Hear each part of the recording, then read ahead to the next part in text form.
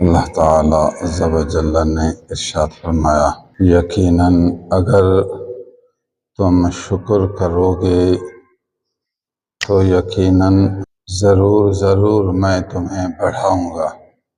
لئن شکرتم لأزیدنکم، یقیناً اگر تم شکر کرو گے تو میں ضرور تمہیں بڑھاؤں گا۔ یہ سمجھایا کہ میری نعمتیں جو آپ کے پاس ہیں، ان نعمتوں کا شکر ادا کرو۔ نعمتوں کی بہت قسمیں ہیں، ایک دینی نعمت ہے، ایک دنیوی نعمت ہے۔ اللہ تعالیٰ نے سید المرسلین خاتم النبیین رحمت للعالمین صلی اللہ علیہ وسلم کو ہمارا نبی بنایا، تو یہ اللہ کا ہمارے اوپر بڑا احسان ہے، یہ سب سے بڑی نعمت ہے۔ ہم اللہ کا شکر ادا کرتے ہیں، الحمدللہ الحمدللہ۔ یہ جو پڑھتے ہیں نماز میں الحمدللہ رب العالمین، رب العالمین کا بہت شکر، اس میں یہ نعمت بھی شامل ہے۔ پھر اللہ نے ہمارے حبیب کو معراج کی دولت سے نوازا، یہ اللہ کا شکر ہے۔ کسی نبی کو یہ انعام نہیں ملا، ہمارے نبی کو یہ انعام ملا، تو ہم اللہ کا شکر ادا کرتے ہیں۔ اللہ تیرا شکر، ہمارے نبی کو، دوسرے نبیوں کو تو نے نعمتیں دی، لیکن ہمارے نبی کو سب نعمتوں سے بڑی نعمت دی۔ لوگ مرنے کے بعد آخرت میں پھر جنت میں اللہ کا دیدار کریں گے۔ ہمارے نبی صلی اللہ علیہ وسلم نے دنیا کی زندگی میں معراج کی دولت پا کر اللہ عز و جل کا دیدار کیا، سے بڑی نعمت اور کون سی ہوگی؟ جو لوگ اس نعمت کو یاد کر کے اللہ کا شکر ادا کریں گے تو رب تعالیٰ ان کو بڑھائے گا، اپنی نعمت اور زیادہ فرمائے گا، خاص رحمتوں سے سرفراز فرمائے گا، اس کے ثوابوں کو بڑھائے گا، ان کے درجوں کو بلند کرے گا۔ یہ شکر کرتا ہے، میں نے اپنا محبوب اس کو دیا، شکر کرتا ہے۔ میرے محبوب کی پیدائش کو یاد کر کے شکر کرتا ہے، میرے محبوب کے معراج کو یاد کر شکر کرتا ہے، میرے محبوب کی دعاؤں کو یاد کر شکر کرتا ہے، میرے محبوب کی تعلیمات کو یاد کر کے شکر کرتا ہے۔ ہمارے نبی کے سب سے بڑے معجزے دو ہیں، ایک تو معراج اور دوسرا قرآن مجید۔ قرآن مجید ایک ایسی کتاب ہے جو ایسی کتاب کوئی آدمی نہیں بنا سکتا۔ اس کتاب کی ایک سورت چھوٹی سی قل ہو اللہ احد، ایسی سورت بھی کوئی نہیں بنا سکتا۔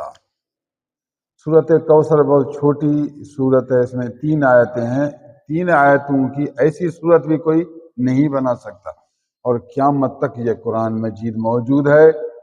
نبی صلی اللہ علیہ وسلم کا معجزہ ہے، حضور کی نبوت کی علامت ہے کہ اللہ تعالیٰ کے پیغمبر ہیں اور اللہ نے اس کے ذریعے اپنا کلام ہم تک پہنچایا۔ یہ بے مثل و بے مثال کلام ہے، تو ہم محبوب کے اس کلام کو پیش کرنے، اللہ کے کلام کو ہمارے تک پہنچانے والی نعمت کا بھی شکر ادا کرتے ہیں۔ پھر شکر کے رنگ بہت ہیں جی، کس طریقے سے شکر؟ دل میں تو شکر ہے، زبان سے بھی الحمد پڑھتے ہیں، عملی طریقے سے بھی شکر کی نشانیاں ہیں۔ ایک آدمی الحمدللہ الحمدللہ الحمدللہ پڑھتا ہے، معراج کو یاد کرتا ہے، یہ بھی شکر ہے، شکر کر رہا ہے۔ ایک آدمی کو اللہ نے مالی توفیق دی ہے، وہ مال خیرات کرتا ہے۔ دوسرے رجب میں اس کے دماغ میں ہے کہ علماء کہتے ہیں کہ رجب میں معراج نصیب ہو۔ رجب کی کوئی بھی تاریخ ہو، نیت یہ ہے کہ نبی کے معراج کی نعمت کے شکر میں خیرات کرتا ہوں، اللہ ثواب دے گا۔ بہت اچھی نیت ہے، خیرات تو ویسے بھی آدمی کرتا ہے، ثواب کا کام ہے، اگر اس نیت سے خیرات کرے تو زیادہ ثواب ہے۔ خیرات کا بھی ثواب، اللہ کی نعمت کے شکر والا بھی ثواب۔ شکر ایک اچھا کام ہے، بالخصوص مشہور ہے، مشہور روایت، اگرچہ اس میں یقین نہیں لیکن شہرت بھی ایک ذریعہ ہے۔ 27 رجب کو، رجب کا مہینہ 27ویں رات ہے، یہ اس رات میں کچھ خیرات کرتا ہے، ایک عالم دین کو کھانا بھیجتا ہے، جی آپ ہمارے مسجد کے امام ہیں، کھانا قبول کرو۔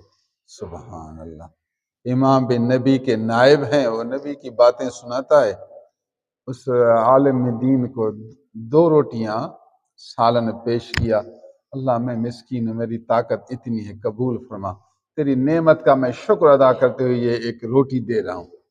اللہ اتنا خوش ہوگا کہ یہ 2 روٹیوں کو 2 لاکھ روٹیوں سے بڑھ کر بنائے گا، جتنا تیرے دل کا جذبہ ہوگا، دل کا جذبہ، دل کا جوش، شکر والا حال بھی تیرے دل کے اندر ہے، شکر والا جذبہ، یہی جذبہ قیمتی ہے۔ آپ قرضہ نہ اٹھائیں، قرضہ اٹھانا اللہ کو پسند نہیں، فرض تو نہیں، واجب تو نہیں، سنت تو نہیں۔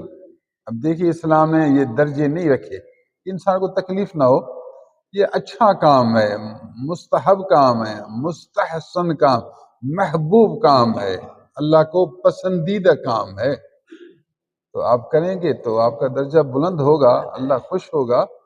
نہ کریں، گناہ آپ پر نہیں ہے، کلمہ تو آپ نے پڑھ لیا، نبی کے طریقے پر عمل کرتے ہیں، کافی ہے، لیکن کام تو اچھا ہے، اس اچھے کام کے لیے آپ قرضہ اٹھائیں، یہ اچھا نہیں۔